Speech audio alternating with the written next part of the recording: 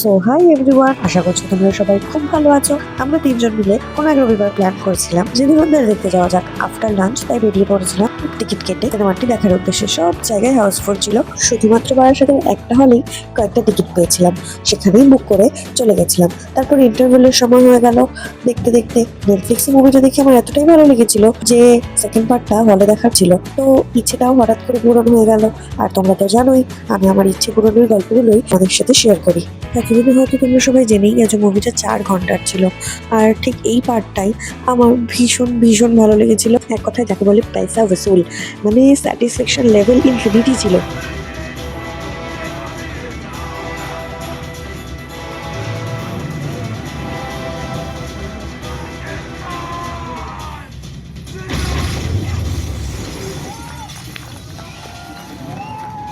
আর ঠিক তারপরেই আমরা চলে গেছিলাম কিছু খাওয়া দাওয়া করতে। আর যেহেতু কিছুদিন আগেই আকাশের মেঘ দেখিয়েছিল, মানে কিছুদিন আগে ওটা খুব হাস্যকর ভাবে 3 জানুয়ারির কথা বলছি আমি। আর ধুরন্ধর কবে রিলিজ হয়েছে সেটা তোমরা খুব ভালো মতোই জানো। সো ফার্স্ট সানডেই আমরা সেই সিনেমাটা দেখতে গিয়েছিলাম। 99 আমাদের তিনজনেরই পছন্দের একটা খুব জায়গা। আর সেদিনকে ডিনারে আমরা নিয়ে নিয়েছিলাম lemon chicken, fried rice, chicken কষা আর এক্স Kashmiri pulao. Last but not the least, phirni, যেটা আমার খুবই পছন্দের একটা খাবার। আর সত্যি বলতে খাবারগুলোর স্বাদ নতুন করে কিছু বলার নেই, ভীষণ ভীষণ ভীষণই ভালো। এবার এতগুলো মেনু ফিনিশ করতে করতে ঘড়ির কাটায় বেজে গেছিল 10:30। আর তারপর কি সবাই মিলে চলে এলাম বাড়ি। I hope you guys like it. Thanks for watching, by.